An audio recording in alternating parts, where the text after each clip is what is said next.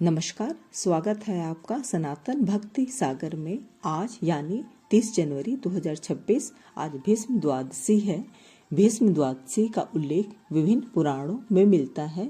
यह माघ मास शुक्ल पक्ष की द्वादशी तिथि को मनाया जाता है। भीष्म द्वादशी को माधव द्वादशी और गोविंद द्वादशी के नाम से भी जाना जाता है। इस दिन भगवान विष्णु और भीष्म पितामह की पूजा का विशेष महत्व होता है। इसी दिन भीष्म पितामह ने पांडवों को राज्य धर्म, नीति और मोक्ष का उपदेश दिया था। यह दिन विशेष रूप से उन लोगों के लिए महत्वपूर्ण होता है जो अपने पितरों की आत्मा की शांति के लिए पूजा और तर्पण करना चाहते हैं। यह केवल एक व्रत नहीं बल्कि अपने पितरों का आशीर्वाद पाने का आध्यात्मिक अवसर है। ऐसी मान्यता है कि इस दिन विधि पूर्वक पूजा और दान से पितृदोष से मुक्ति मिलती है। भीष्म द्वादशी की पूजा विधि, अभी तक तो मैंने इसके महत्व के बारे में बताया है। अब पूजा विधि कैसे किस प्रकार से पूजा करनी है वो बता रही हूँ। इस दिन सूर्योदय से पहले उठकर स्नान करने के बाद व्रत करने का संकल्प लिया जाता है। इस दिन भगवान विष्णु और भीष्म पितामह की प्रतिमा या फोटो को लेकर पीली चौकी पे एक वस्त्र बिछाएं, उस पे इस प्रतिमा को रख दें। चित्र के समक्ष घी का दीपक जलाएं। पूजा में तिल, गुड़, पंचामृत, पुष्प, धूप, दीप और फल फूल अर्पित करें। इस दिन गंगा स्नान का विशेष महत्व बताया जाता है। इस दिन जो भी व्यक्ति गंगा या किसी पवित्र नदी में स्नान करता है उसे अश्वमेघ यज्ञ के समान पुण्य मिलता है। यदि किसी पवित्र नदी में स्नान करना संभव न हो तो घर पर ही पानी में गंगा जल डालकर स्नान करें। इसके अतिरिक्त इस दिन ब्राह्मणों को और जरूरतमंदों को अन्न वस्त्र का दान करना भी शुभ माना जाता है। इस दिन तिल का विशेष महत्व है। इस दिन तिल का दान करें, तिल का सेवन करें और पानी में तिल डालकर स्नान करें। इस दिन गीता के श्लोकों का पाठ करना भी शुभ माना जाता है। यह बात तो आप सभी को पता होगी कि पितामह भीष्म को इच्छा मृत्यु का वरदान था। वे वाणों की शैया पर लेटे सूर्य के उत्तरायण होने की प्रतीक्षा कर रहे थे। अष्टमी को प्राण त्यागने के ठीक 4 दिन बाद यानी द्वादशी तिथि पर पांडवों ने उनका तर्पण किया था। तभी से यह परंपरा चली आ रही है।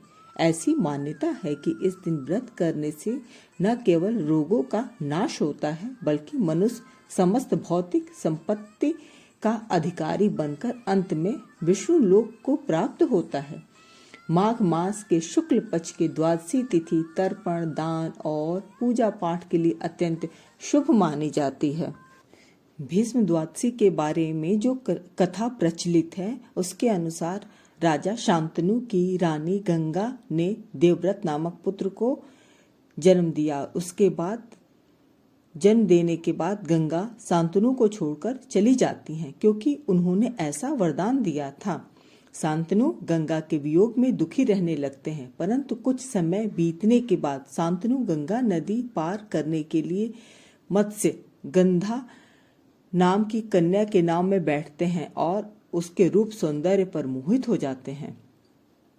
राजा शांतनु कन्या के पिता के पास जाकर उनकी कन्या के साथ विवाह करने का प्रस्ताव रखते हैं, परंतु मत्स्य गंधा के पिता राजा शांतनु के समक्ष एक शर्त रखते हैं कि उनकी पुत्री को होने वाली संतान ही हस्तिनापुर राज्य की राज्याधिकारी बनेगी, तभी यह विवाह हो सकता है।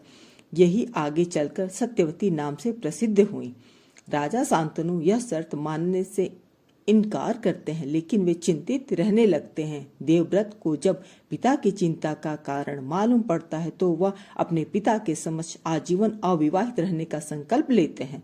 पुत्र की इस प्रतिज्ञा को सुनकर राजा शांतनु उन्हें इच्छा मृत्यु का वरदान देते हैं। इस प्रतिज्ञा को सुनकर राजा शांतनु उन्हें इच्छा मृत्यु का वरदान देते हैं। इस प्रतिज्ञा के कारण ही देवव्रत भीष्म पितामह के नाम से प्रसिद्ध हुए। जब महाभारत का युद्ध होता है तो भीष्म पितामह कौरवों की तरह से युद्ध में लड़ रहे होते हैं और भीष्म पितामह के युद्ध कौशल से कौरव जीतने लगते हैं। तब भगवान श्री कृष्ण एक चाल चलते हैं और शिखंडी को युद्ध में उनके समक्ष खड़ा कर देते हैं। अपनी प्रतिज्ञा के अनुसार शिखंडी पर अस्त्र शस्त्र न उठाने के कारण भीष्म युद्ध में अपने शस्त्र त्याग देते हैं, जिससे अन्य योद्धा अवसर पाते ही उन पर तीरों की बौछार शुरू कर देते हैं। महाभारत के इस महान योद्धा में शरणशैया पर शयन किया। इसीलिए कहा जाता है कि सूर्य दक्षिण होने के कारण शास्त्रीय मतानुसार भीष्म ने अपने प्राण नहीं त्यागे और सूर्य के उत्तरायण होने पर अपने नश्वर शरीर का त्याग किया। उन्होंने अष्टमी तिथि को अपने प्राण त्याग दिए थे। उनके पूजा के लिए माघ मास की द्वादशी तिथि निश्चित की गई है, इसलिए इस तिथि को भीष्म द्वादशी कहा जाता है। भगवान ने यह व्रत भीष्म पितामह को बताया था और उन्होंने इस व्रत का पालन किया था, जिससे इसका नाम भीष्म द्वादशी पड़ा।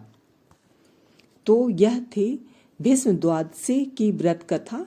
यह व्रत द्वादशी के ठीक दूसरे दिन किया जाता है। यह व्रत समस्त बीमारियों का नाश करता है। इस उपवास से समस्त पापों का नाश होकर मनुष्य अमोघ फल को प्राप्त होता है।